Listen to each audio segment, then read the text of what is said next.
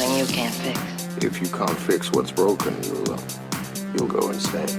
It's Jay and Adam. It's Preview. It's Preview's Fix It with Adam and Jay. Hey, Peaches! Welcome to Fix It, where friends don't let friends fix pop culture alone. I'm Adam. And I'm Jay. And you're our listener. Hey there, listeners. Ho there, listeners. We're gonna run through a quick little forest, and you're gonna scamper away from all the bad guys, listeners. Yeah, that's Watch right. us go. It's the biannual run from your enemies purge/fun run. You're never gonna catch me. Yes, indeed. I'm the adorable little Leia. Yes, everyone is entered into a lottery, and 10% of the populace must run from the forest while everyone else tries to catch them. What they do when they catch them is up to them. And it's a fun little societal experiment that we run in Vlisteria. Oh, We're wow. getting paid a lot from the United States government for our data on said experiment. Oh, wow. Okay. Yeah, Vlisteria is a weird place. That's Apparently. right. And by listening to the show, you have signed up to live there. Yes, indeed. Enjoy your yurt. And you don't complain, or I will send my birds. Oh, no. Yes, my shadow macaws. People loved the bird bit, Yes, Jay. indeed. Welcome to Fix It. I am Jay. That's Adam. You may know us as the two hosts of the currently on strike channel Previewed, where we react, review, and riff to anything SAG approved. Pretty much. Yes, indeed. We're a Jeopardy channel now. Hold on, tape your butt shuts. It's about to get trivial. You may know us from there, or you may know us, from being your cousin. Some of my cousins listen to this show. Some of my cousins listen to the show as well. Yeah, isn't that fun? More fun. of my cousins watch Jeopardy than listen to the show, though. That is true. That is What's true. up, cuz? Hey, I've gotten more messages about Jeopardy than I've gotten about anything we've ever made. It's because I'm a genius. Yeah, Jay's so smart. Oh man, that idea hit me like a lightning bolt. Mm-hmm. Like a shadow macaw, straight to the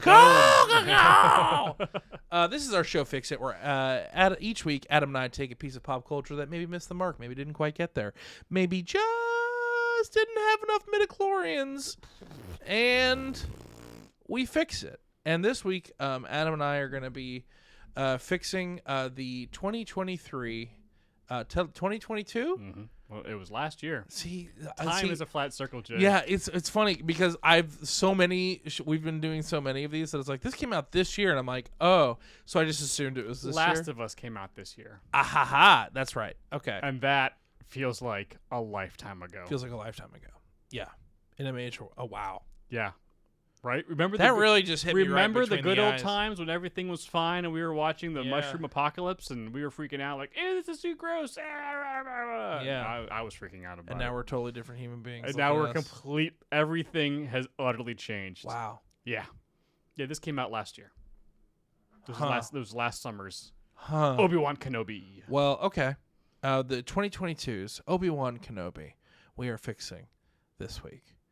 I didn't actually watch along this with the Discord. No. I did like a cursory couple of glances at a couple episodes just to see what actually happened. Oh. It was honestly more of a remembering what actually happened kind of thing rather than a. I read the Wikipedia entry. Oh, all right. And I'll talk about that later. Yeah, no one can claim that we didn't actually watch this show or do our research because it's online. Because you can find us watching. You can see us watch it, aggressively watch it. You can even watch the whole watch along if you give us $7. Give us $7. Watch us watch Obi-Wan. Exhibit A, Your Honor. Yeah, we watched it. We liked a lot of it. When it came to Obi-Wan. Obi-Wan fell into the same category as the Boba Fett show. Yes. There was a lot to like, Mm-hmm. and there was a lot that I had to make the decision to like. Oh, okay. Does that make any sense? Yes, absolutely. There was some stuff that I had to be like, I don't know about that, but I don't. You know what? That's fine. Because I think you and I can both agree, and I include the original trilogy in this. I think Ewan McGregor as Obi-Wan is one of the best things that Star Wars has ever done. Oh, yes. He's incredible as Obi Wan Kenobi. Yep. I Absolutely. believe in his Obi Wan. Mm-hmm. Like Sir Alec Guinness did an amazing job as Obi Wan Kenobi. Mm-hmm. But you would never think that someone playing a younger version of him would only just make his performance better. Mm-hmm. We also should credit James Arnold Taylor, who's the voice actor for Obi-Wan in all the Clone Wars, and I believe Rebels interesting. episodes that Oh, he's it's in. not him. It's not him. Oh, he sounds just like him. Yes, That's spooky. and that's like over 100 episodes of Clone Wars that Yeah. he is in. That continues to be like, yo, Obi-Wan is awesome. Obi-Wan rules, dude. And that's why I was so excited for this show so hard. Like every single trailer to this just made me cry. Like I was like, yes, and then this came out and it was kind of like, all right, and that's fine for anybody else. I can make peace with the Boba Fett show being only okay. Sure. 'Cause you know why?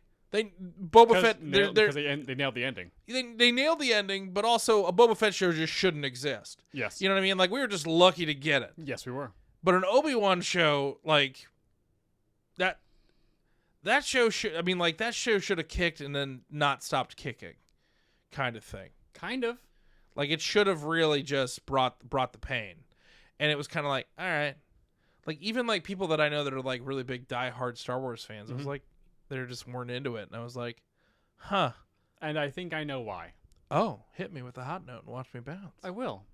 After we do our favorite segment Oh, here on the podcast, it's been here since the very beginning. Oh Jay. yeah, since the absolute very beginning of our show. No episode does not have this. Yeah, you keep saying that as if we haven't.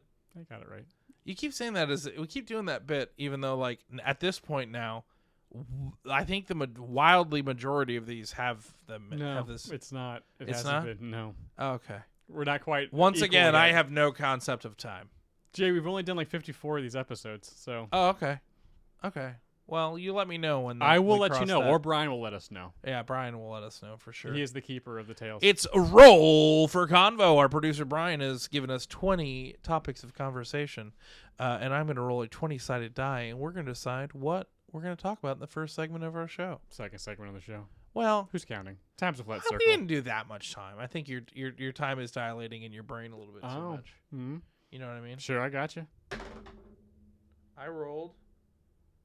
That is a gentleman's 15. A gentleman's 15 gets you the question, one thing you would go back and change about building previewed. Oh, that's a good question. That is a very good question. Ooh. Wow. I wish we had figured out episodic reactions sooner. Yes, that's the answer. That's the answer. That's the answer. That's the answer. Yes, that's the answer. Yes. Because that's when we turned from.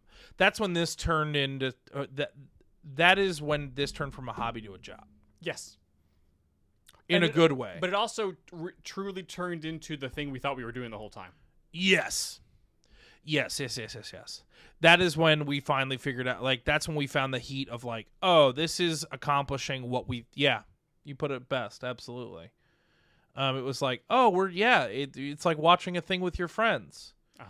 And as much as we had gotten really good at reacting to trailers, yeah, and we're still very good at it. it was always the fun. Like when we started doing full episodes, it was like, oh, this is the full Kit Kat.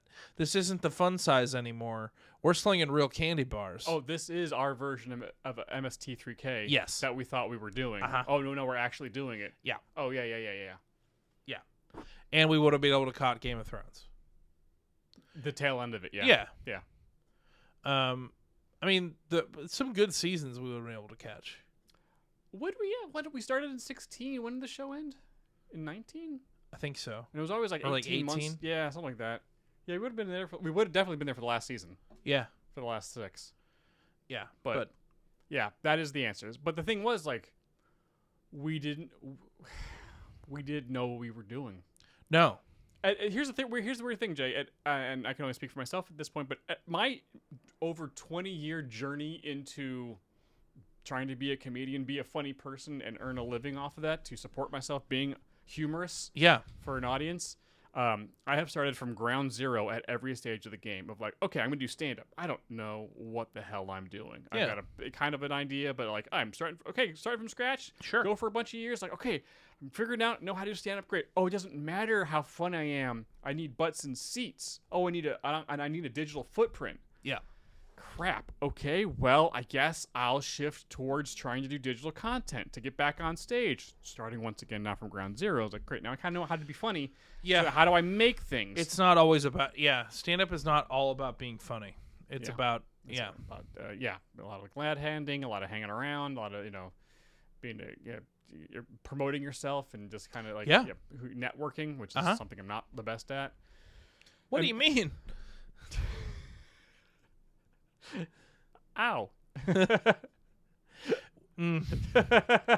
There's so much more we could go into there, and we don't have time for it. There's so much more. Yeah, there was. Yeah, we just had a whole telepathic conversation. We really did. Second. We really did. I flashed to a very specific conversation on a subway car. And I was like, you don't have any right to get upset about what I just said. I don't know. I'm not. I'm not upset at all. But that's like, great. I'll make stuff. We're doing sketches. We're doing things. I'm on Twitter, tweeting stuff back when it was Twitter. Yeah. Okay, cool. Oh, this is all right. It's still Twitter. Elon can say whatever he wants. It's still Twitter. It's still Twitter. Sorry, Elon. Sorry, not sorry. That guy sucks on a rope. Then we started doing a podcast together. I was like, okay, podcasts, great. Yeah. Learning that from the start. Doing a web series. Learning that from the start. Yeah. And everything finally coalesced into the thing we were doing is happening on YouTube. Yeah. Oh, maybe we should do that. And the bar was low enough that we could just get away with doing it on my phone. Yeah. Which was buck wild. It's absolutely buck wild. And it's so, well, it's funny now that we, for those of you listening at home, if you have not watched our SAG announcement video, go check it out. It's very funny. It's actually a really funny video, and it's and it's everything that we're going to be doing going forward on the main channel. Here, this is critique. This is journalism. This is a writer's show, if anything.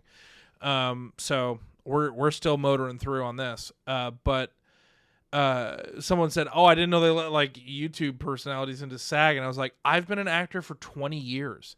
Huff my nuts, dude." I was like, I fell backwards into this. Mm-hmm. Like, we didn't know what we were doing. Nope. Like this just worked out. Mm-hmm. I did not think this was going to be my job. Nope.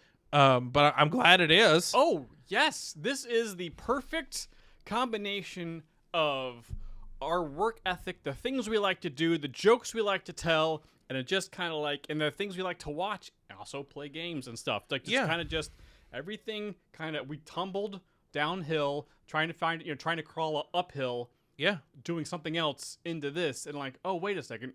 Everything we like is involved in this. Uh-huh. Oh, crap. Is this almost kind of perfect? Yeah. Huh. Well, I wish we had just gotten to what was actually working faster. Yes. And I don't think the problem is there's no way to fix that. There's no magic button on that. Well, to be honest, the only reason we figured that we had to figure it out was because of the pandemic. Because of COVID. Yeah. Yeah. Because we were both working jobs. We both had a lot of time, we're busy doing, working to earn a living here in New York City, which is really hard. Yes. And so we were doing what we had time for. Yeah, but also we also put a lot of we put a lot of wheels on the pavement. Oh, sure. Like people are like, "Oh, this just worked out for you guys." I'm like, we did this for 4 years when it wasn't. Mm-hmm. Like people forget that, like, "Oh, you're like a big success now just overnight." I'm like, "No." I was like, "This was this just didn't and we're still not even close to where we want to be." No. Not even close. Not even close. Not even close. There's still so much we want to do. Yeah. There's still some... Yeah, precisely. But I think that's why actually this strike has actually been very helpful for us, in that I feel like it's the same situation as COVID, and that it's like forced us to like really like think outside the box and figure out. And I think it's actually like grown our concept of what we should be doing going forward. Yeah. which is because I was like, oh yeah, there's really no reason we should have been having these lulls in between shows. I was like, there was a lot of other stuff we could have been doing, and a lot of stuff that would have been worth our time, but we didn't really have time to focus on it until we really had to. You know what I'm saying? Because the thing is that like the lull between Secret Invasion and Ahsoka, like, it's the kind of thing where people are like, man, they aren't really making anything. I'm like, we really are. It's just you don't see it all. Yeah, there's a lot of other wheels moving. But it kind of forced us to kind of like figure out how to get all these wheels moving at the same time. Yeah. So it's been a learning process the entire time, and we still have a lot to learn. We really do. As we continue to grow this thing and do more cool things, and yeah, it's man, boy howdy, do we have a lot to learn. Trying to be the best version of myself, and it's hard. Yeah. Ugh. And I know you're going to say, I already am the best version of myself. I was not going to say that. Well, you were going to say the first part, but not the verse, right? No, I was just going to do the second half. Yeah. Look at him go! Whee!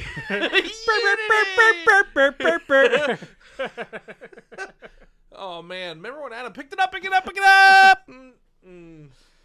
No, I mean, I've continued to learn new editing tricks and stuff like that. So, like, there's still, and now I've learned how to edit a D&D show. And, and you're kicking ass at that, too. Yeah, and now maybe I have to learn how to edit a music video. There's still so much to learn and so much to do. Yeah, dude. As we just, like, the little, like, oh, can we try to do this?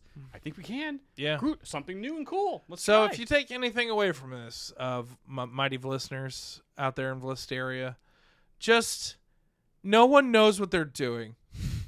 Just go do a thing. You'll figure it out eventually. That's why you pay people for their expertise, because most of the time you may not have time to be bad at something and you need someone to be good at it. But in order to get good, to be that person that's good at something, they had to be bad at it first. They got to fail a lot.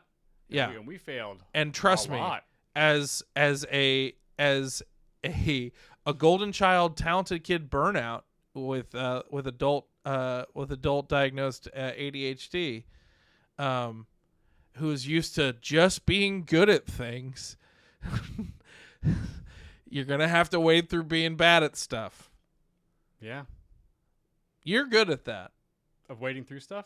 You're good at just you can accept.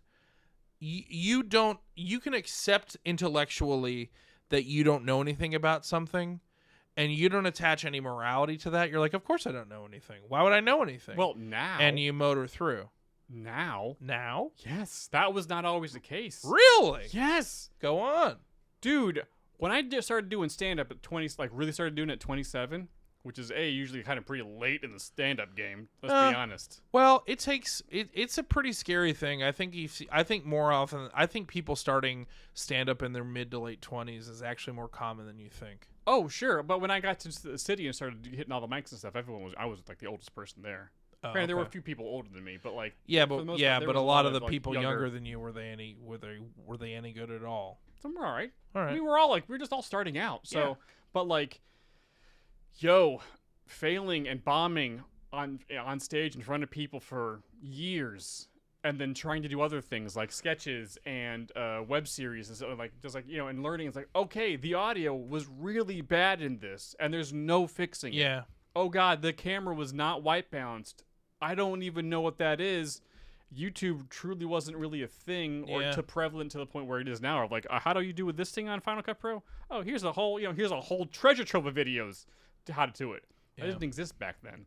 So it was just a lot of fail, and to the point where I failed so much doing all of the things that I realized you know what? I've failed in front of people. I've told jokes that don't work at all. I got the check spot at an audition show at Gotham, and I was like, I've hit the check bottom. Spot at Gotham is really tough. For an audition show. It was everyone was auditioning. Yeah. I was still auditioning, and they dropped the checks on me, and I'm like, there's that room is too big, and there's not enough servers, and so when the checks go down, it's kind of a melee. Yeah. Because I did check spot at Gotham quite a bit. My question for you is, what's bombing like? Wow. Well played, sir.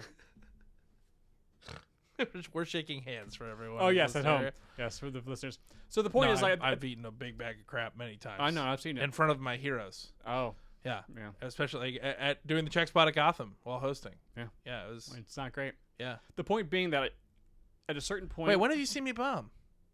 at your show, I've seen you eat it at your show.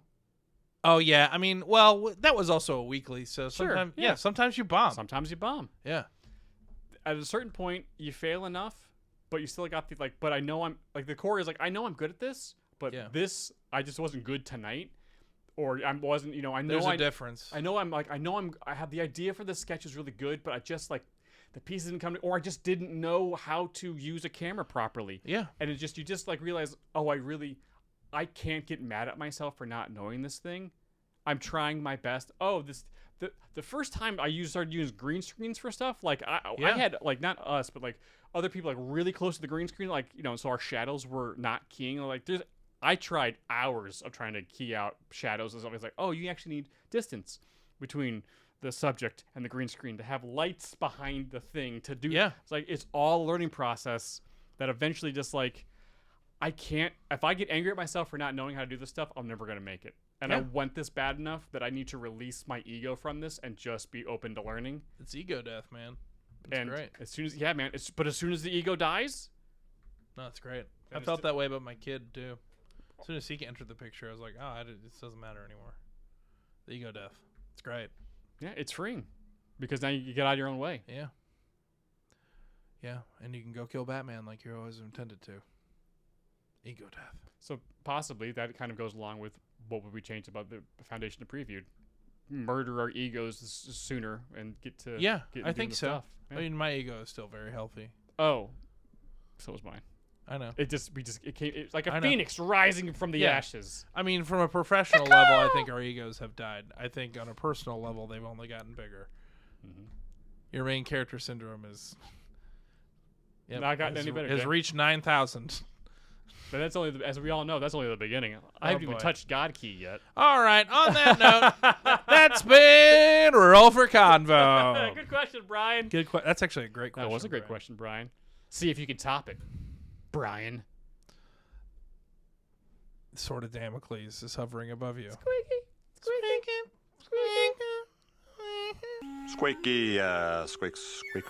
squeaking. All right. So this week we are talking and fixing Obi Wan Kenobi, the show. That came out last year, 2022. Before we hop into Obi Wan Kenobi, for those of you who have not watched Obi Wan Kenobi, Oh, I've forgotten it. or maybe I've forgotten it because I mean, Yeah. I kind of did. I'm ashamed to say I kind of did. The minor details, the big plot points I remembered, but like Yeah. that's how we got to these episodes. I kind of forgot that there was Baby Leia in it. I'm gonna be honest with you. Really? Yeah, I know. How could you forget Lola? She's Because on your I don't. desk. I know because I just don't think. I don't think the show was impactful as it could have been. I think that's the long and the short of it. But Fair. for those of you who haven't seen it, well, I don't know what you're doing here, but great. You may just like us, and then that's wonderful too. Thanks. I'm not here to throw shade at you. No But judgment. Adam, why don't you tell us all about the Obi-Wan show and our favorite segment? Plot drop. All right, Obi Wan Kenobi takes place 10 years after Order 66, or the fall of the Empire, or the fall of the Republic into the Empire. There are Inquisitors going on around this time. So we have the Grand Inquisitor and the brothers and sisters that make up. We've seen these people in Rebels. We've seen them in Jedi Fallen Order. So the guys with Now like, that the I've circle seen the blades. Grand Inquisitor in Rebels, the one from the show has a much fatter head. Yes. But we'll get to that when we actually talk about the show. But anyways, Inquisitors. Does he get his head fattened? No. Oh. But we'll just talk about the Grand Inquisitor being in the show to begin with. Anyway, there are Inquisitors around. They're hunting Jedis. Some of them go to Tatooine looking for a Jedi. We think, it could be Obi-Wan. It's not. It's just some other random, Force-sensitive kid. Yeah. Obi-Wan.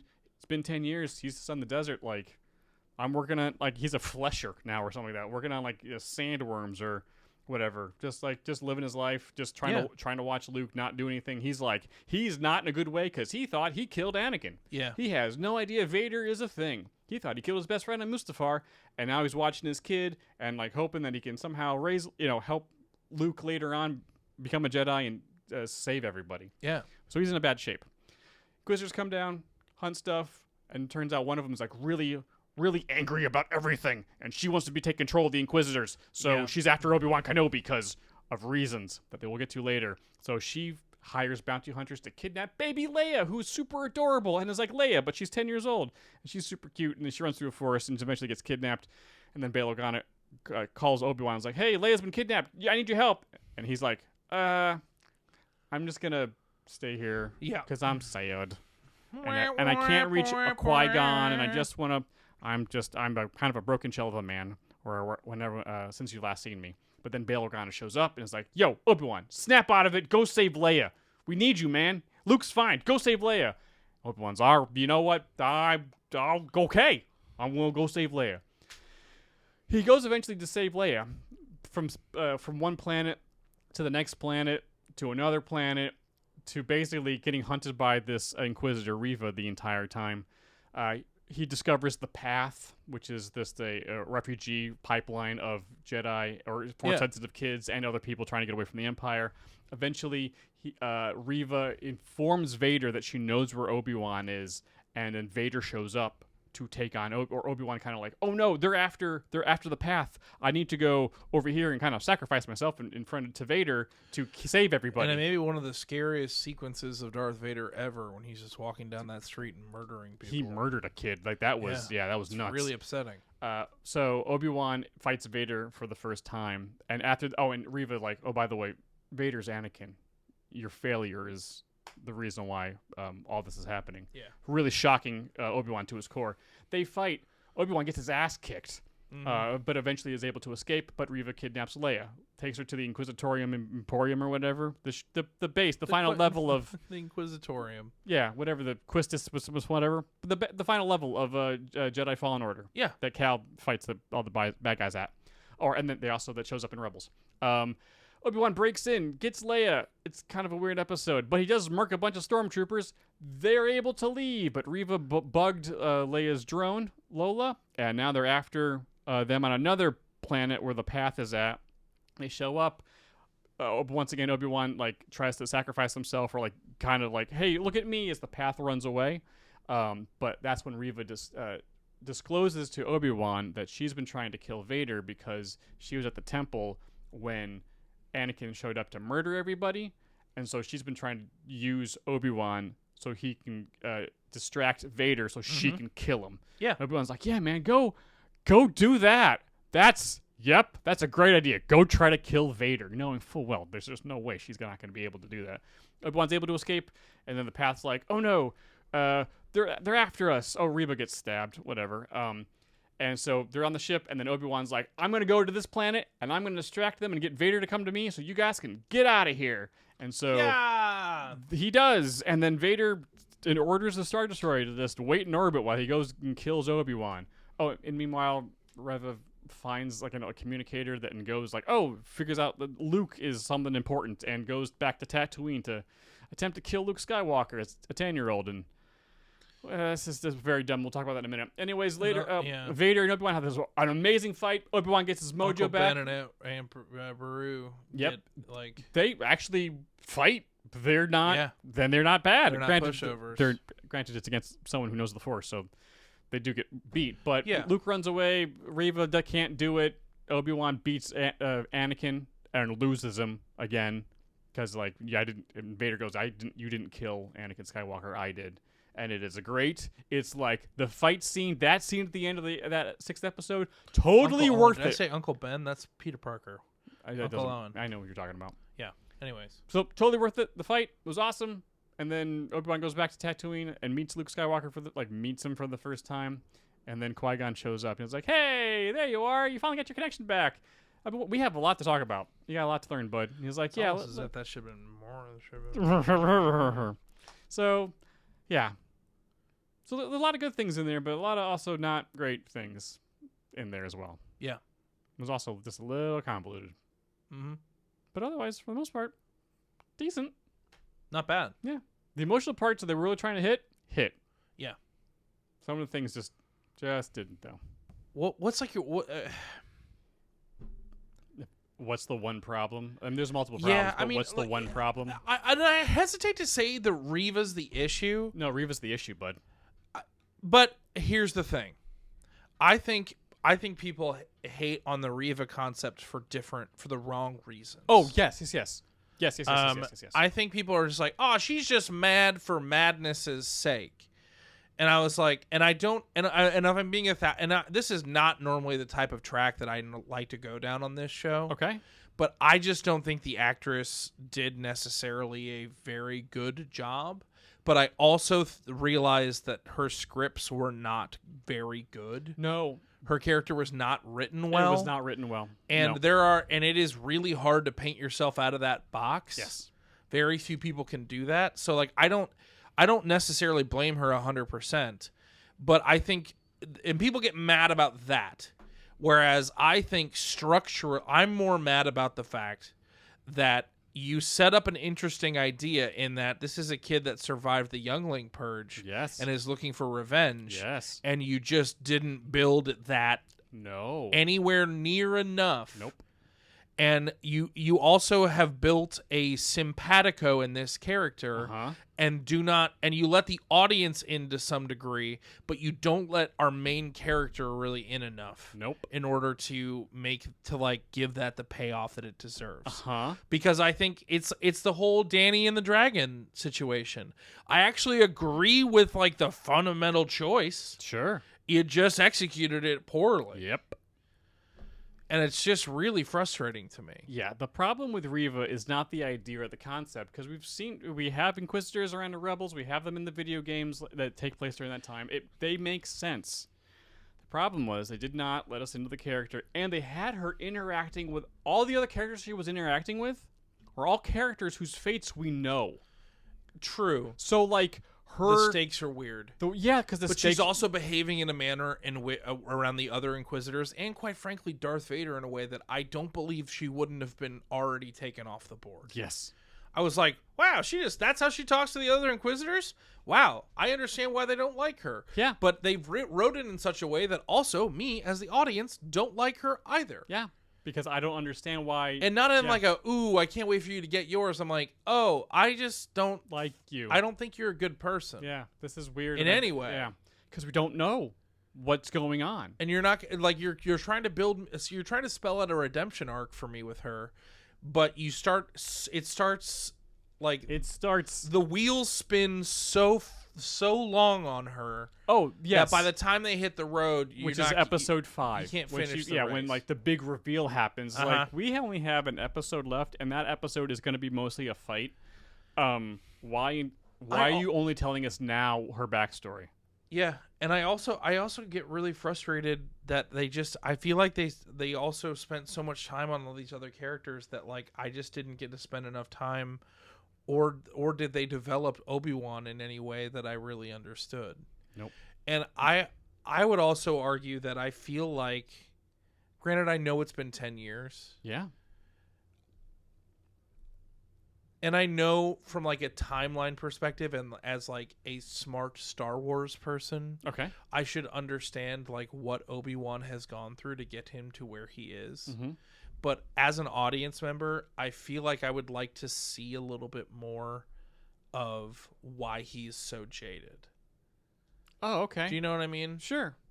Because the Obi-Wan that we knew in the prequels, the Obi-Wan we knew from Clone Wars and such, was such an enigmatic mover and a shaker. Right. So for him to be completely shut down in that regard, for me, it's off-putting.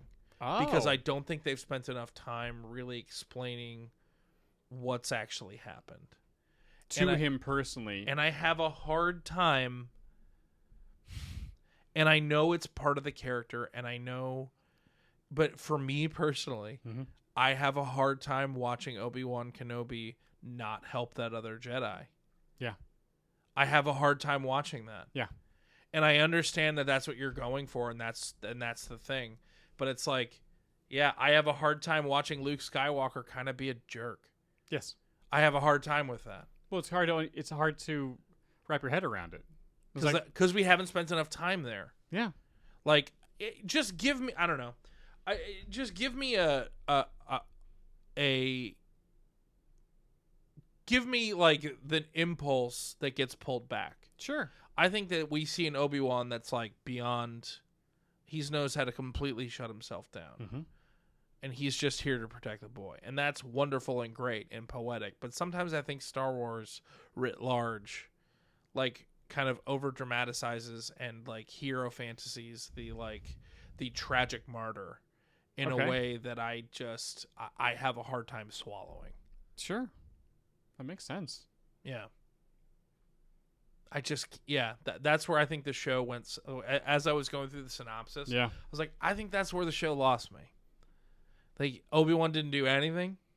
He just let that guy die. Yeah. Wow. Yeah. Wow, that sucks. Like, let's see a scene afterwards where he like is completely distraught by the idea. Yes. And not just going to work the next day being like, oh, everything's fine. Here's a just little chopping up sandfish. Here's a little space salmon for my weird horse. Little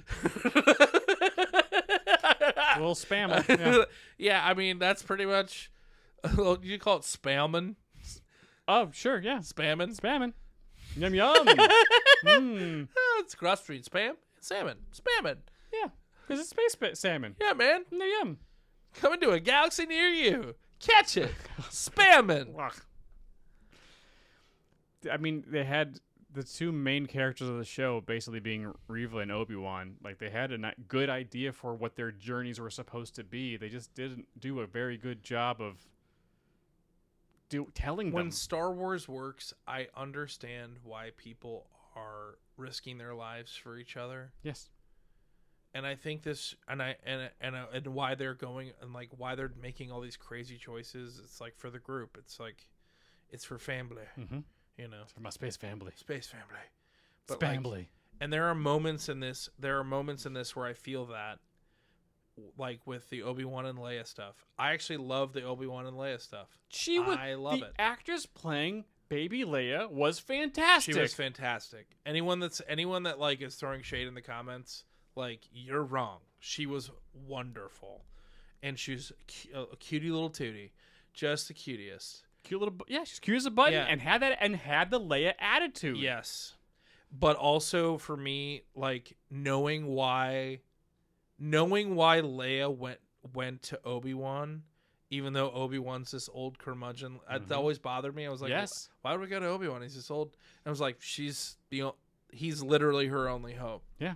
He's the only person that she knows is not compromised in any way. Like, I love that. And he helped her before. Yeah. It makes they have these really good ideas of a connecting tissue to other story points. And I really felt that the final Darth and Obi-Wan fight. Like, to me, the apology is the reason for the show. Yes. And that's the heart of what we're doing here. He's burying, like, Obi-Wan is burying a friend. And all of the other stuff swirling around it just, like, didn't service that. No, it didn't. Because we're cutting away from that fight for Reva attempting to kill Luke Skywalker. Yeah. Which, like, don't get me wrong, it was fun seeing Owen and Beru be, like, gun runners. Sure, and, like, pulling guns out of nowhere. It was like, oh, you guys run, like, a speakeasy somewhere, and, like, you got guns in places. I love that. That's a fun new shade. Yeah. And that's why the stormtroopers killed him, because they came out blasting. Yeah. That's great. Love it. But also, man, what?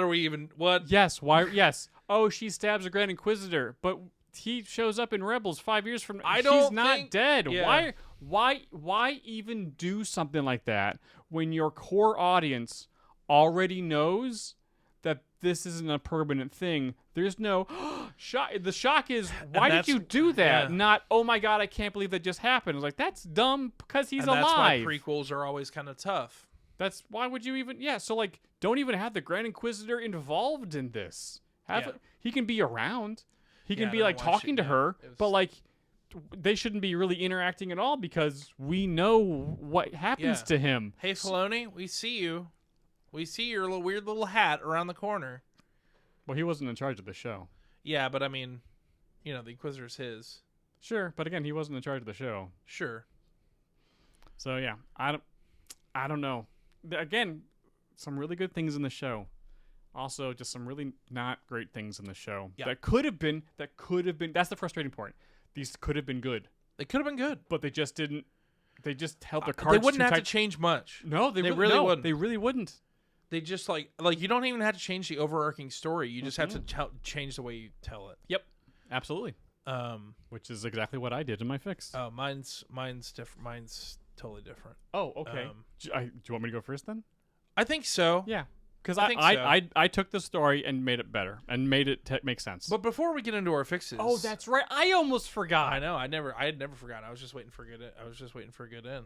Good. I'm a professional podcaster. You are a professional podcaster, Jay. I mean, if you were one of the editors of the show, you'd realize that I've melted down about 3 times. But in this moment, I reign supreme. Haha! This is on wax, baby. Before we hop into our Obi Wan fixes, Brian, why don't you roll that beautiful bean fun fact footage? Thank you, gentlemen. Producer Brian here, and today we're trying to fix Disney Plus's 2022 TV show, Obi Wan Kenobi. Now, Obi Wan Kenobi was 6 episodes, all directed by Deborah Chow, and starring Ewan McGregor, Hayden Christensen, Moses Ingram, and Vivian Lyra Blair, among others. Now, originally, this was created as a standalone spin-off film after Disney announced their intentions to develop multiple of those for Star Wars, and then, of course, when Ewan McGregor expressed interest in reprising the role. Now, once the spin-offs weren't faring so well in theaters like Solo and The Mandalorian started to take off, it was converted into a Disney Plus project and was rewritten, and then rewritten again when the production crew was hired. Now, if you care, this has an 82% on Rotten Tomatoes, in which most reviews praise Ewan McGregor's return to the role. Now, additionally, there is a fan edit that turns the show into a movie called The Patterson Cut. It's exceptional. I've seen it. You should absolutely seek it out online. Anyway, back to you, gentlemen. Wonderful job, Brian. You keep your job once again. For another 24 hours. Yes. But the clock is ticking, Brian. The sword swings back and forth for you, Brian. Wicked. I'm not sure. I'm going to be honest with you. Yeah? I haven't really watched this show to know what he's been saying about that sort of Damocles. Really? So it's really a Schrodinger's Response right now? Schrodinger's sword right now. Just Oh. kind of not sure how he feels about it, but we'll see. Maybe you should watch our show, Jay. Dude, we have so much. The fact that you listen to this show every week is I do! It's buck wild to me. It's buck wild. It's Buck Wild. Yeah, I already listened to this. I'm listening to it right now. Mm-hmm. Uh huh. All right, I think All right. I think your fix needs to Yeah, go it's first. time for you to listen to me fix this show. I'm listening to the podcast. Look at me go. Yeah, watch him actively listen to me. Oh man, I'm a listener. Look at me. Birds! Yep. Oh no! The loophole! Oh no! If I'm a listener, oh Oh, no, no! they're moving back on each other. All right, so I'm doing the 6 episode thing. I'm just rearranging I'm also doing 6 episodes. because this could work. We just need to change some things around a little bit. So my version of Obi-Wan starts with a flashback to the sacking of the Jedi Temple. Okay. As we're following young Reva, though we don't know her name at this point, her sister and a few of her youngling friends, as they're trying to escape from all the stormtroopers and Yeah. Anakin killing everybody. Of course, it does not go well. They run into Anakin. They try to defend themselves. Anakin kills everybody, especially her sister, and then stabs Reva in the chest, or I think she was stabbed in the gut, and then sees her sister die in front of her, calling out her name, which we're going to use that someone saying her name, Reva, as a audio bridge to someone jolting her out of this flashback as we're now on the Inquisitor ship and we're seeing adult Reva headed down towards Tatooine. Okay. And it's one of the other, the brother or whatever, Sure. third brother, whoever those other guys were, just calling her out. And of course they're sassing her because no one really likes her. Yeah. But she's not nearly as angry in this version of stuff. But you can definitely tell the gears are always turning in her head. Yeah. She's definitely clever and Winter Court. Yes, something's going on. Yeah. There's something going on with her more so than just I'm really angry at everything. And here's the thing. I think that the actress they've already cast is very capable of making that happen. Yes. We're just giving her a better script and Yes. just some because we're opening the Obi Wan Kenobi show on her backstory. Yeah. So she's really important to this. So we see a lot of the same stuff happen at the beginning of this episode, right? They come down, they start intimidating the town. They're looking for another Jedi. Cut over to, the Jedi always out themselves. Like, that part was menacing, and that was cool. Also, the Grand Inquisitor is not here. Yeah. Because Jay and I just watched the 3rd episode of Rebels where we really see him like in full body for the first time, and that boy's got a noggin. Yeah. It does not translate into live action. That guy's got a big old head. It looked weird in live action. Also, there's no reason for him to be in this because you just wanted to take him out. We know he's not taken out here. Don't even have him in the story. Yeah. Because there's no reason to. There's no reason to have him in the story. Or have him communicate through holograms. Yes, he could just be a hologram the whole time. Yeah. Reva's plan does not need to have him around. Yeah. She can still do all this stuff without him like trying to go up the ladder. Anyways, all that same stuff happens. Go to Obi-Wan, and we can spend more time with Obi-Wan now of like, because we did a pretty good job in the first episode of like watching what was his day. He's like, oh, there's something really, what's wrong with Obi-Wan? Like, oh no, he's really sad. He's dreaming about Anakin. Like, he's in a bad spot. This sucks. I think we do for most of the episode is the same stuff. Young Leia, we see her. She's rapscallion. She's doing stuff. She's off having a great time. The young Jedi tries to get Obi-Wan to help, and he can be like, "This is not smart. You shouldn't be here. Like, I'm really sorry." I think he does try to help a little bit, but the big mission, the secret mission I'm on, is in jeopardy because you're here. Of like, if you're around here, they might sniff out Luke. Yeah. You need to go. Get out of here. There's a space. Like, he can just not say no. He can, like, a little bit of local knowledge. Yeah. But you need to get off planet immediately. Just a little bit of help. Uh-huh. Because he's not complete. He's like, it sucks that he's like, don't blow it up. Yeah. Don't blow up my spot. Gotta go. Get out of here. But, we can actually, I think we actually follow that kid. Like, Obi-Wan's like, okay, just go to Mos Espa or whatever, and there's transports all the time there. So let's follow the kid at Mos Espa and like see Reva hunt him down and get a little bit more characterization of like what she does to this kid when she finds him. Oh shit. Okay. Yeah. Yeah. Like, so we can see the wheels turn a little bit and like see she's like, oh, okay, she's yikes on bikes. She's got a plan. Something's not, because that happens with the rest of the show. Because let's not be coy about it, and let's also give them a reason to like. Let's give Obi-Wan protecting him a little bit more stakes. Yes. Did you say steak? I absolutely did. All right, cool. I stand by it. I stamp it. So I sear it. as the Inquisitors are leaving because like we did our job, she's like, I think Obi-Wan Kenobi's still out there, and they're like, you are insane. He's dead. He's not around anymore. And she goes, nope. Everyone just doesn't believe me. Blah blah blah blah blah. So we see her call her mercenaries to like grab the girl. And this time there is no chase in the forest. They just grab her. They're just gonna grab. Yoink, Leia's taken. Yoink, bye. That's Why was it. everyone so mad about the chase? Who cares? Because these adults couldn't catch a 10-year-old, and they were comically being like hit in the face with branches and stuff. It's Jay. If you watch the chase again, it's really bad. They're clearly not running that fast. Sure. It's Sometimes Star Wars is stupid, and we all just pretend like it's not. Sure, but the chase. I'll tell you this. Just a side point, real quick.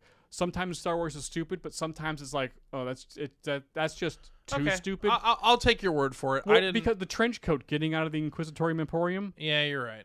That's even we're just like, guys, we couldn't write a different way out of this because that's ridiculous, and like, just no, guys, just no on that one. Can we write something else, please? They get out underwater, better. Anything besides hiding under a trench coat. So Leia grabbed. Bail Organa reaches out to Obi-Wan. You got to help her. He's like, I got to stay and protect Luke. Bail shows up. But this time, since we've seen a little bit more of Obi-Wan, like kind of in a bad spot, like Bail lets him have it. Yeah. I think there's a little bit more of a scene here between Jimmy Smits and Ewan McGregor of like, no, I understand where you're coming from and what's happened to you, but the whole galaxy is still in danger, and Luke is fine. Sure. Leia's not. She's also a part of this plan. Yeah. You need to go save her. And like, they can really snap him out of his funk. He, can maybe the young Jedi gets strung up again, so that he's like, Sure. You're right, I gotta go. So Okay. Obi-Wan goes off, end of the episode, he goes off, same ending, goes off to the next planet. Great. Episode 2, a lot of the same, but this time Reva is like on it from the beginning. Okay. When Obi-Wan shows up, she's like, yep, there he is, great. The cage is now closing on him. Yeah. He shows up, he can fight people and the thing, but Obi-Wan's also got his lightsaber on him, so we're seeing him like, you see him like twitch to try to go for the saber, but like he always chooses not to. It's like, oh, it's been 10 years. I'm like, yeah, he also has been learning that since like he was 8. Mm-hmm. So, Because he's rusty. yeah. And now we're going to see the rust start to get shaken off, but like, oh no, he's rusty. Like the beginning of a Star Wars game. Like, oh, I'm a Jedi, but I haven't used my powers in a while because I got to work through the levels and, use my sphere grid. Because that's how games work. Yes, so this is how the show works. You can see him start to, he's getting hit and he's getting knocked around. He grabs Leia from, he fights those guys, grabs Leia, and then like, okay, now the city's locked down. But again, it's just Reva doing this. Mm-hmm. There is another brother. This Grand Inquisitor isn't around. It's just Reva. And the other, the Inquisitorium Emporium can be like, where are you? What are you doing? And she's just not listening. She's going rogue. So she's hunting Obi-Wan through the city. And we can run into Kumail again, but this time he's not a con man trying to be a Jedi. He's just somebody who works for the Path, who's a badass. Yeah. He can just be cool. Let's let him be That's fine. cool, because we can say, oh, and also when we run into him, Kumail is helping Mrs. Horn and her son. We say it out loud. Yeah. Thanks, Mrs. Horn. I'm sure you and your son will, just make it to this platform. We'll get you moving around. Oh, hey, yeah, I need to get off the planet with the girl. Blah blah blah. Okay, great. There's a robot. We can't send you to the same place. There's another port. Whatever. Go to that robotic ship. Reva's hunting and harassing Obi-Wan through the whole city. He's fighting. Shooting bad guys. The back and forth between him and Leia, all the same. This time when they get to that mechanized ship in that little warehouse area, whatever. Yes. Reva and Obi-Wan fight. Okay, cool. Obi-Wan pulls out his lightsaber. And he's not great. Reva is kicking his butt. But, like, you see her toying with him. And, like, finally get to the point of, like, Anakin's alive, right? He's Darth Vader. Huh. And then he's able to escape and head off. And Reva's just like, nice. Nice. Clearly, wait a second. Did she just let him go? Grand Inquisitor's not there. She doesn't kill anybody. He's just not there. Episode 3, same basic thing. He finds the planet. There's no weird long. We got to get around this little stop area in the middle of the desert where we could just walk. Remember that they could just walk around. Oh yeah. That doesn't happen. They just show up at the town. They meet Tala, the nice girl. Is like, oh yeah, the path, the little thing in the back, all that stuff. And Reva just knows where they are because she knows where the fucking things. She knows. She figured this whole thing seems to be like, wait a second, is she orchestrating this? She seems to be like 2 steps ahead of everybody here. Yeah. She tells Vader, she goes over the Grand Inquisitor's head, I know where Obi Wan Kenobi is. So everyone shows up. Same basis thing. Stuff happens. Vader walking down the street, snapping kids' necks. Like, Don't even get me started it's on that. yeah. That was savage. Yeah, Obi-Wan's like, oh crap, we got to get everyone out of here. I'm gonna go to the quarry, I guess, and I'm gonna fight Vader. This time, this scene's lit better. It needed better lighting. Oh yeah. It needed better lighting. It really did. And Reva goes with this time. Because Reva stayed in the town. That's right. Reva goes this time to like watch. So she sees the fight and she's just like shaking her head because she then sees that Tala is, and somebody else is gonna be able to help Obi-Wan to get out of there. And as soon as she sees like them starting to interfere, and I think Tala like knocks the thing down, the fire stuff pops up and is able to drag Obi-Wan away. She's like, and then runs away. You think we would shoot it like she's gonna go help, but really she's going and she grabs Leia. Which is the same ending to episode 3. Yes. So now back to the Inquisitorium Emporium. Now this is the episode where a lot changes. This is like really important. Most of the show after this is kind of basically the same, but this is the episode where like Reva now has Leia in the Inquisitorium Emporium, and she's walking Leia around. So we're gonna get, because a lot of people, this is the first time seeing it because they didn't watch Rebels. So we're gonna get a tour of the Inquisitorium, whatever, and we're also gonna be cutting to flashbacks of Reva's time, the first time she was here okay. as a youngling. Interesting. After, or maybe it wasn't set up immediately, Yeah. but sure, there's in and around. You have to watch her torture a kid. Yes, we're gonna see Reva go through this. Like, Yeah. What happened to Reva? So like when she's shorting Leia around, like, oh, yikes, oh she was okay, oh no, and then when we get to that interrogation room, that could have been an amazing scene if we had context of like Reva being on the opposite side of when she was a kid. Yeah. But we didn't get that in the normal show. But this time we do. So when she's interrogating Leia, like a lot of the doublespeak's happening because she's asking Leia questions that she was asked as a kid, but Leia's able to answer. But like with Leia being Leia, even as 10 years old, like having that spark of hope, being like indignant, like no, I just like Leia is very good at like cutting through the treacle and like stabbing people with like just straight truths, and Leia's gonna do that. Yeah. And we're gonna see her like pierce through Reva's defense a little bit because like we now understand kind of why she is the way she is because of what she went through here. We still don't know why she's exactly doing what it is, but like now we get her backstory, and Leia's like, hey, not knowing that what she's actually answering is like igniting something in Reva. Yeah. But Obi-Wan gets in. Tala does the girl in the chair thing.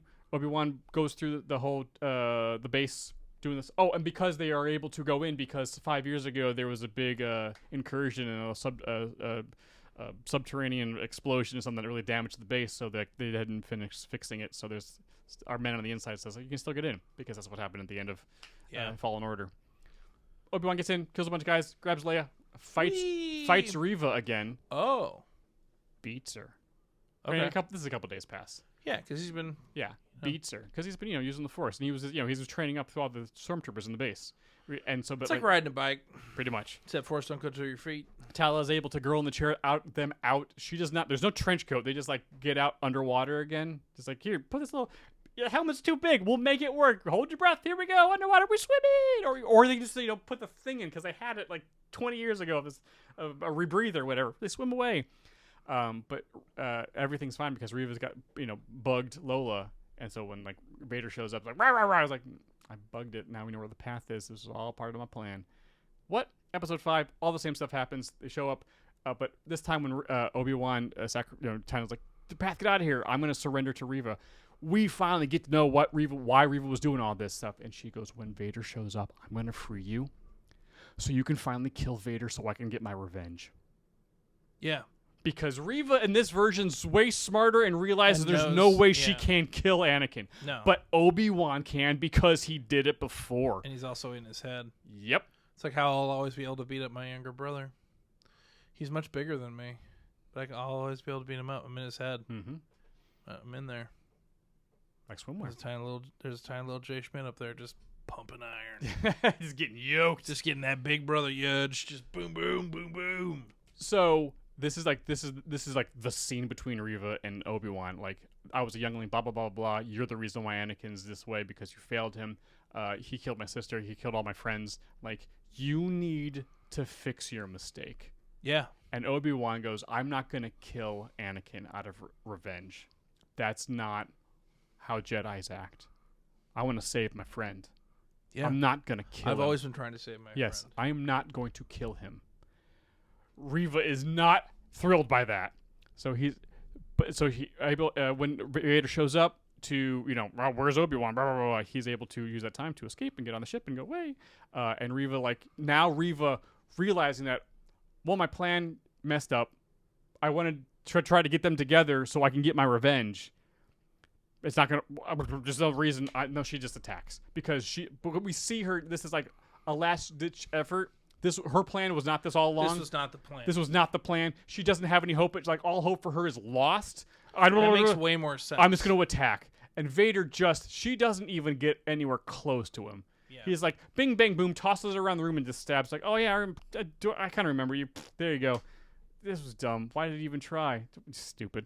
We should have never brought you on. We should have killed you when you were on at the temple. Like, just he murks her. That's savage. It's savage. And again, she's like stabbed, and but not like too badly because we can see her get the recording again of like, oh yeah, Luke is fine.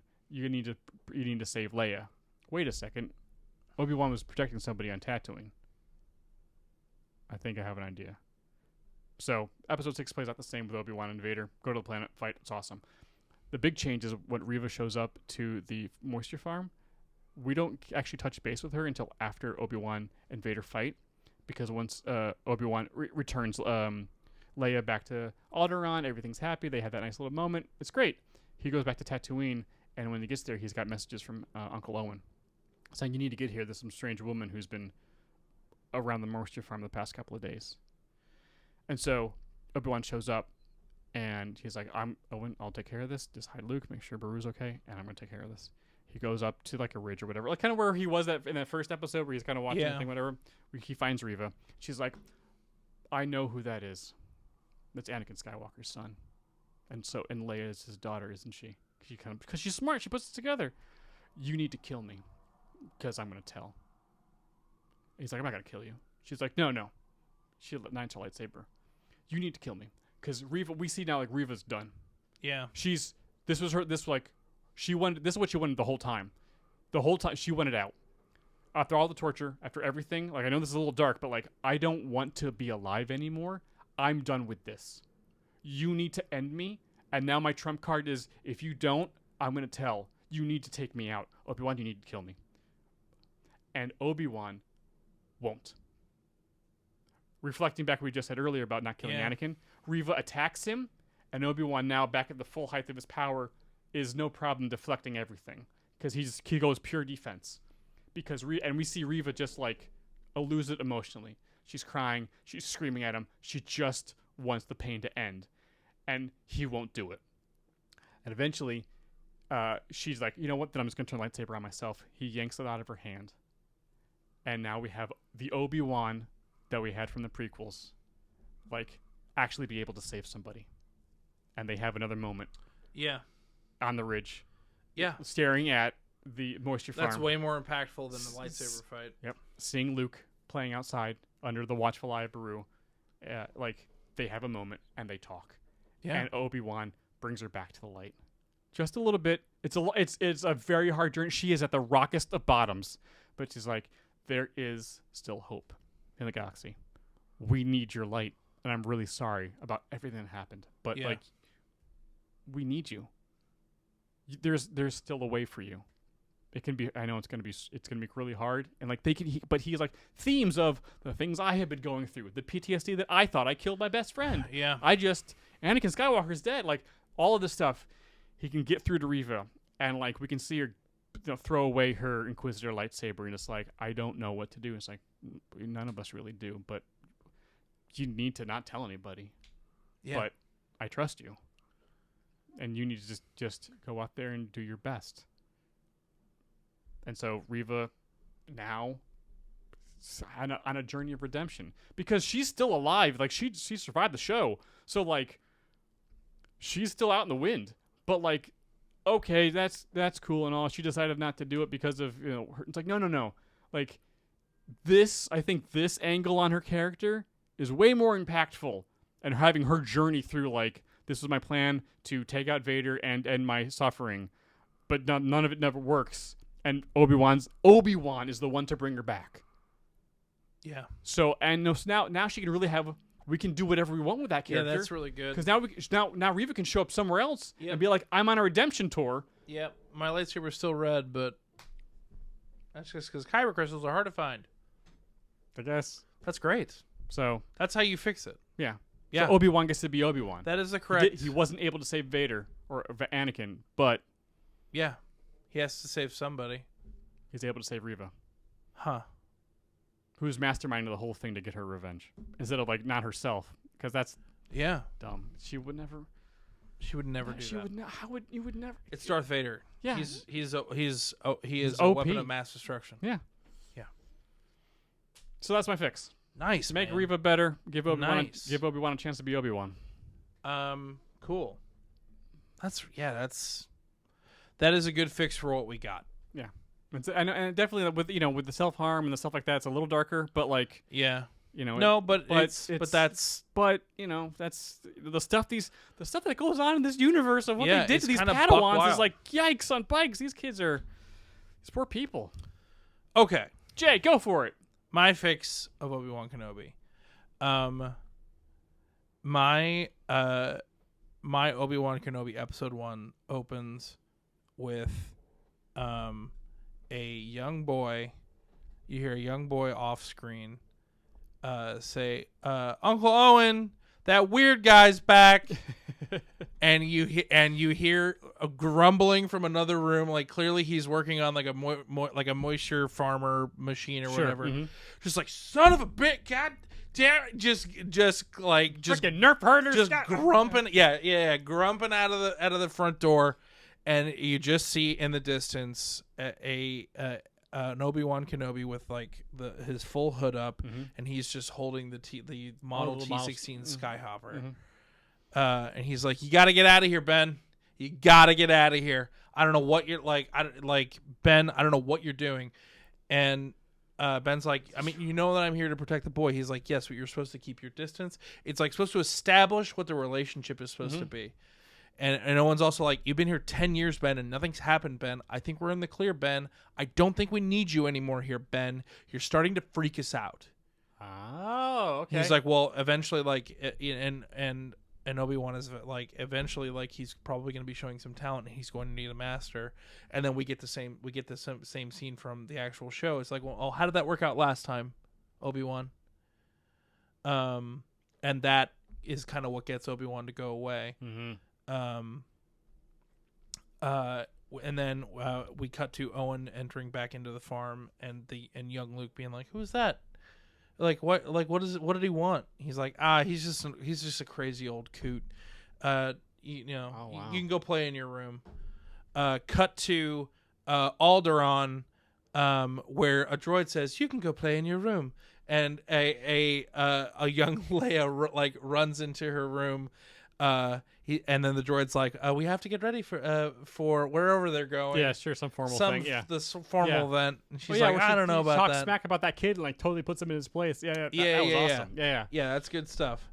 And so we set up Leia like kind of early, and then we set up kind of like what the circumstances of where Luke is, the circumstances of where Leia is, and then we get the circumstances of where Obi-Wan is, and that's kind of where we hover for the rest of this first episode. Mm-hmm. We're getting his day-to-day kind of in and out, the drudge of The monotony of like everything that he's going through every day. And we get similar Inquisitors visiting Tatooine, but a large amount of like kind of their intro. I don't have Reva. I just have like standard Inquisitors. Sure, yeah. A lot of their conversation as their ship is like landing is like, why does he have us searching the Outer Rim? Like, no one from Tatooine is going to be an issue. Mm-hmm. Like, no one from the Outer Rim is going to be an issue for the Empire. I don't see no one's out here. And if they are out here, they're going to die out here. Like, I don't know. Like, we got to, like, our Lord Vader was very clear that, like, he wanted to check the Outer Rim. Yeah, this came down from Vader himself. Came down from Vader, yeah. And so we get a similar situation with, like, there's a Force-sensitive person that wants to do something about the Inquisitors in town. And Obi-Wan, like, is very clearly like, "I don't know what you're talking about. Like, I'm not a Jedi." Like, he's like, I know that you are, but that's fine. Okay, I guess I'm going to do something about this, and we'll see what happens. And so we keep the same thing that happens. Like, Obi-Wan like kind of like witnesses like this Jedi basically like commit suicide against these Inquisitors, but at least he's trying to do the right thing. Right. But we see Obi-Wan kind of, reach for a saber that's not there, and one of the Inquisitors kind of clocks it but doesn't do anything about it. Mm-hmm. But also he does nothing. He watches it happen. And we cut back to, I have Obi-Wan kind of still living in that cave again. Sure, yeah. And we see it's a cool cave. It's a cool cave, and I see him in kind of like a meditation dome. Ooh. Okay. That he's kind of built into this cave. Mm-hmm. And we see and like the last shot of this episode is Obi-Wan attempting to meditate in this space, and while he's like actively weeping for this Jedi that died and he didn't do anything, and he's specifically saying, I don't know why you haven't communed with me yet, Master. I don't know why I'm here. I was told that if I came here, you would be here. Why are you not here? And then we hear that familiar voice of Qui-Gon Jinn saying there's I've been here the whole time, but there's something standing in the way of us fully communing, my Padawan. It seems that you have unfinished business. And then we hear the and then the episode clocks out. Oh. So, episode 2, and this is where things start to get a little weird. Okay. Episode 2, I am and now I might need your help on figuring out whether or not this clocks. Okay. Episode 2 is a is fully in the meditation dome. Okay. It becomes clear that like Qui-Gon is attempting to communicate with Obi-Wan, but Qui-Gon is there to basically. Qui-Gon is the one that tells him that Anakin is not dead. Ooh. Qui-Gon is the one that tells. He was like, he was my Padawan first, and then yours. Like we are connected, the three of us. Like, like you have unfinished business. Yeah. You need to figure out what that unfinished business is. Mm-hmm. Whether you kill him, I don't know what. I can't look inside your heart. I'm not here anymore. Like, right. I can't tell you what that is, but you need to come to terms with you need closure. Mm-hmm. You need to find closure with this. Now, as Qui-Gon is like talking to him about this, I want this episode to be about us relishing in what was good and amazing about Obi-Wan and Anakin's relationship. Okay. Now, I want a lot of flashbacks. There are 2 really fun ways these flashbacks can go. Okay. And we're coming back into Obi-Wan, like, communing with Qui-Gon, coming back and forth, and we're just getting, like, a breakdown of what really went wrong in their relationship. Ooh, now, okay. Flashbacks can either be, I think these both work. And now, right across the plate, it would just be Ewan McGregor and Hayden Christensen. Sure. And because who doesn't want to see that? Yes. As a fanboy, yeah. I want to see them being Jedi and kicking butt. And I want Anakin to start making moves and see Obi-Wan, start making moves towards the dark side. And Obi-Wan, in Qui-Gon will say, like, in your respect for me, you let Anakin down. Like, my last words were raise the boy, and that wasn't fair. And you let him, and like, we're all responsible for Vader in our own way. So I want to see, like, slowly, like, things start to, like, get kind of, but stuff we haven't seen. Yeah, stuff we haven't seen before. So, like prequel stuff we haven't seen. Sure. So it could be either Ewan McGregor and Hayden Christensen, or if we want to bring the Filoni stuff fully into canon, we make our flashbacks fully animated Clone Wars style with all them doing the voice acting. And so the Clone Wars cartoon are even more canon if those flashbacks are fully animated. Ooh. I thought I was going to get a bigger wow out of that. I don't think it's the right oh. choice either. But canonizes. But there's some, if you want to, because when I watched the Clone Wars cartoon, I didn't see a lot of. I mean, there was like nods here and there to Vader, Anakin eventually turning, but it's like, this guy seems really awesome. Yeah. Like, yeah, this doesn't contextualize his change, his rapid descent all that much, because, like, he still seems like pretty much a good guy. He's doing right by Ahsoka. He's doing a lot of really good things. Yeah. He doesn't seem like someone who's just going to turn to the dark side all of a sudden. Yeah. But, like, if we wanted to do that, like, if we wanted to, like, do in live action some Clone Wars cartoon scenes, like, yeah, I think it could be fun. That would be fun. I think it could be fun. I don't think it's the right choice, but it was just a fun idea I had. But yeah, going back and being like little nuggets like that we didn't do in the movies at all, of them being buds, doing stuff, that totally works. And I think the last like flashback from a Clone Wars perspective, kind of like relishing in their relationship, they're doing something for Bail Organa, and I think like Anakin makes the quip of something to the effect of like, "Man, we're gonna owe him a big favor at some point," and then it cuts to Bail Organa like in real time, like I think one of his advisors is like, "Is there anyone you could call in a favor with?" And you just see him kind of like look into the camera, and then episode cuts. Sure. And so episode 3 opens, and we get a little bit of Leia stuff, and we get the kidnapping of Leia. That fun in the woods. I'm keeping the woods. Okay. Because screw you. That's why. Okay. And we see, and we go through kind of the similar thing. Like Bail Organa reaches out to Obi-Wan. And we realize, like, and he heads to Alderaan. It's fun seeing Alderaan. It is fun to see Alderaan. It's great. Yeah. We see their relationship, and we see, and we also kind of see the echoes of Anakin and Obi-Wan, because Bail's like, the last time you guys were here, and he's like, I know, like, because I think Bail Organa also he was there when Padme died. Yeah. Do you know what I mean? Yeah. Like, I feel like there's a lot more emotion there than I'm even getting kind of choked up thinking about it. Bail, why didn't you just take both? You're a senator. You can protect him.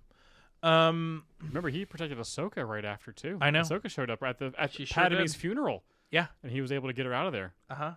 Yeah, Bail's awesome. So important. Good job, yes. Jimmy Smits. Yes. And so we're in keeping with similar to the show. I think we get right to Coruscant, him rescuing. Was it Coruscant? It was Coruscant, right? Where the planet that Obi-Wan? Yeah, the city. Nah, some other planet. Anyways, yeah.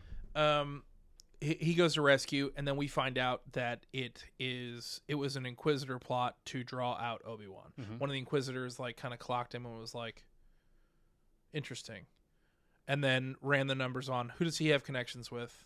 Yeah, great. It's not. There's no connection to any of that. It's just good old-fashioned sleuthing. Yeah. I think in the process of trying to rescue Leia, it does not. He's rusty. It does not go well. He initially rescues Leia, and since we're on episode 4 at this point, I'm cutting a little bit of the treacle. Sure. He eventually loses Leia. Sure. Like, he rescues her, but they take her back. Yeah. And he knows exactly where they're taking her. He's like, now that that's not a trap, they're leading me right to the Inquisitor HQ. I think Obi-Wan with let's expand Kumail's character that we've met. Sure. And the two of them break into the Inquisitor and into the Inquisitor thing. That sounds great. Sure. And I'm keeping a lot of that the same. The torture stuff with the little girl really isn't it. But I think one of the Inquisitors mind melds or kind of reads the energy of Leia and understands who she is. And then once Obi-Wan shows up, reveals that information, so that Inquisitor has to go. Yes. So we get an Obi-Wan who, in protecting the secret, kind of gets his mojo back. Ooh. And bodies an Inquisitor. And then with all of the prisoners that they have helped escape from the Inquisitor compound, they take off, and we're getting a very similar situation. He's like, I have to leave because Darth is not he's only after me, because that's when Darth gets involved. Sure. I imagine Darth Vader sees Obi-Wan over an Inquisitor body in the landing bay of the Inquisitor hideout. Oh, yeah. And it's just like, oh, hey, hi, it's me. Hi, I'm Darth Vader. It's me. Like, I imagine they have a little bit of a conversation, and Sure. Obi-Wan is just like, he realizes, like, takes one look at Leia and is like, the secret is far more important than me biting you. Yeah. We got to go. So they get going. They are obviously pursued at haste, and Obi-Wan is like, he's only after me. He does the whole shuttle thing. And then, honestly, for me personally, I thought the fight between Obi-Wan and Darth Vader was perfect. I thought it was perfect. And we've seen all of this friendship. We've seen everything that is so meaningful to him about what's going on. And him realizing that he doesn't have to defeat Vader, he doesn't have to kill Vader, he doesn't have to save Vader. He's just sorry. Every time, dude, even when I rewatched our reaction to it, I cried again. It's just, that's the power of Ewan McGregor. It was just Obi-Wan's, he couldn't take any of it back. He was so sorry it happened. And he's basically burying his friend, literally and figuratively. Yeah. And it's just so sad. For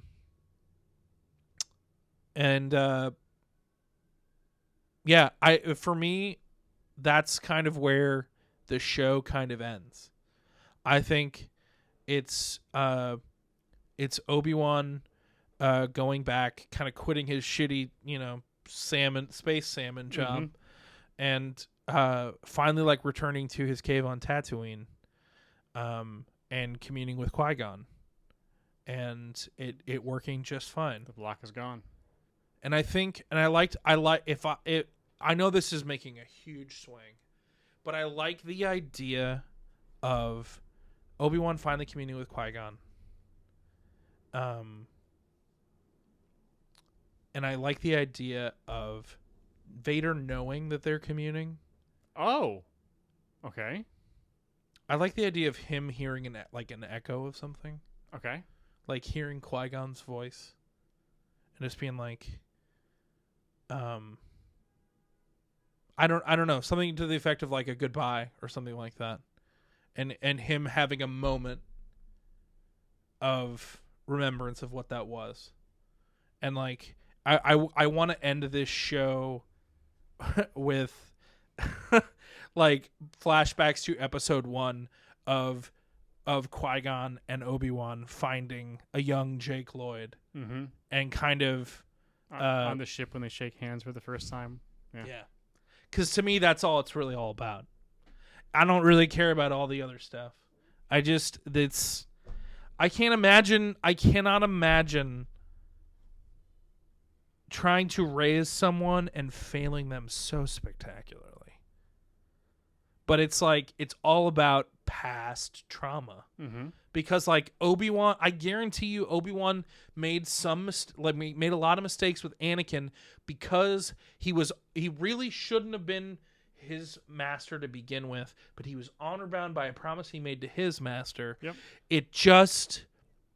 Yoda was right, but whoever listens to great grandpa, you know what I'm saying? Yep. It's just it's all about past trauma. And I love the idea of it's the three of it's the whole episode 1 thing. And then as that pans out, we just see a young Luke Skywalker just playing with the T-16 Skyhopper, and interposed with a Leia kind of practicing with a blaster or something. Yeah. And they're just being kids. The trauma has not yet reached them. Obi-Wan has succeeded in keeping the kids safe from where all of them went wrong. I'm kind of crying talking about it. Yeah. It just God, if Anakin shows up in the Rebels season 5 and apologizes to Ahsoka, yikes. Oh, I can't even, I don't know if I can handle it. Yeah. Here's hoping. Oh man. Or if she talks to Can we Luke. get this strike over with so we can put Ahsoka out? For real though. Yeah. All right. We did it. We did it. Sorry, I didn't mean to bring us down. Dude, this show it has a deep emotional core Yes. that is That just- very sad. It just really just didn't quite get there. No, it could have. Yeah. It was close. But yeah, they could have it could have really hit Yeah. a lot harder. I just want it, like, the fact that we had to wait so long, like, the Qui-Gon stuff hit me really hard, but I was like, man, we could have just started with this. And it would have been... and have an issue somewhere in there. Yeah. And then, yeah. Yeah. Yeah, man. Star Wars. Star Wars. Star Wars. Webbles wobble, but don't fall down. Well, I think we fixed it. We did fix it, Oh, Jay. boy. Star Wars. Ugh. Sorry, I just got, like, really emotional there. It's okay. I know this means a lot to you. It really does. It really does. Obi-Wan and Anakin are, like, really important to me, even though they really didn't do the prequels well. Like, it's just so frustrating about the prequels, man, is that, like, there's so much, like, the story writ large has so much heart to it, and it, like, it's so structurally great, but they just went about it in the worst way. Yes. Like, the fall of Anakin Skywalker is, like, pretty darn good if you tell it right. Yes. And they didn't. And they really didn't. And, like, I just felt like there were moments of the show that, like, kind of felt like a redemption of that. A little bit. I don't know, man. It's talking about Star Wars is so frustrating because it's like I feel like I'm talking about my wife that doesn't love me anymore. You know what I mean? Like, oh man, I made a commitment in front of God and my family about this, and Here we are. here we are. All right. Well, That's a good way of putting it. we loved each other once. Maybe there's hope in the Boy, future. didn't we? Maybe there's a spark. You know? Maybe there's a spark in goodness. And we can get into therapy and we can Maybe. make it work. There's always hope, Jay. Well, thanks for going on this fun little rabbit hole of sadness with us. We appreciate it. Thank you guys so much for listening. If you're catching this wherever you catch your podcatchers, if you wouldn't mind leaving us a quick review, maybe some 5 stars, maybe just let us know how big a bag of crap you'd like, and how big a spoon. That would be great. Yeah. You know I love you. You know I just like giving you a hard time. And you do so well, Jay. And if you're watching this wherever you, on YouTube, you know what to do. Like, subscribe, hit that bell, do that YouTube that you do so well. Guacamole's Extra, you space fighting weirdos you. As always, we love making the show. Thank you guys so much for listening. We've got a whole new year full of content coming your way, guys, this way. We do. And we can't wait to show it to you. Mm-hmm. As we end every episode, heartbreak feels good in a place like this. It's the slow, I guess, all of the rocks from the mountain that I just raised behind me, just boom, that you don't. That was awesome. Incredible. He It's didn't- like top 10 Star Wars moments, period. Yep. Yeah. That whole fight is one of my favorite moments in all of Star Wars. Oh, I heard you like rocks, Vader. Yeah. Boom, boom, boom. Man, this rocks. Well, the funny thing was watching again. Like at one point, like Hayden actually like goes to like deflect one of them with his arm, and it's like that's a really good acting because he like there's a moment of weakness in Vader of him Yes. like just trying to bat like he does, but like he's actually trying to defend himself because he's in over his head right now. Yeah. And you finally see that crack in the armor before he really gets the crack. It was real good, man. Yeah. Whew. We'll see you guys next time. Bye. Bye.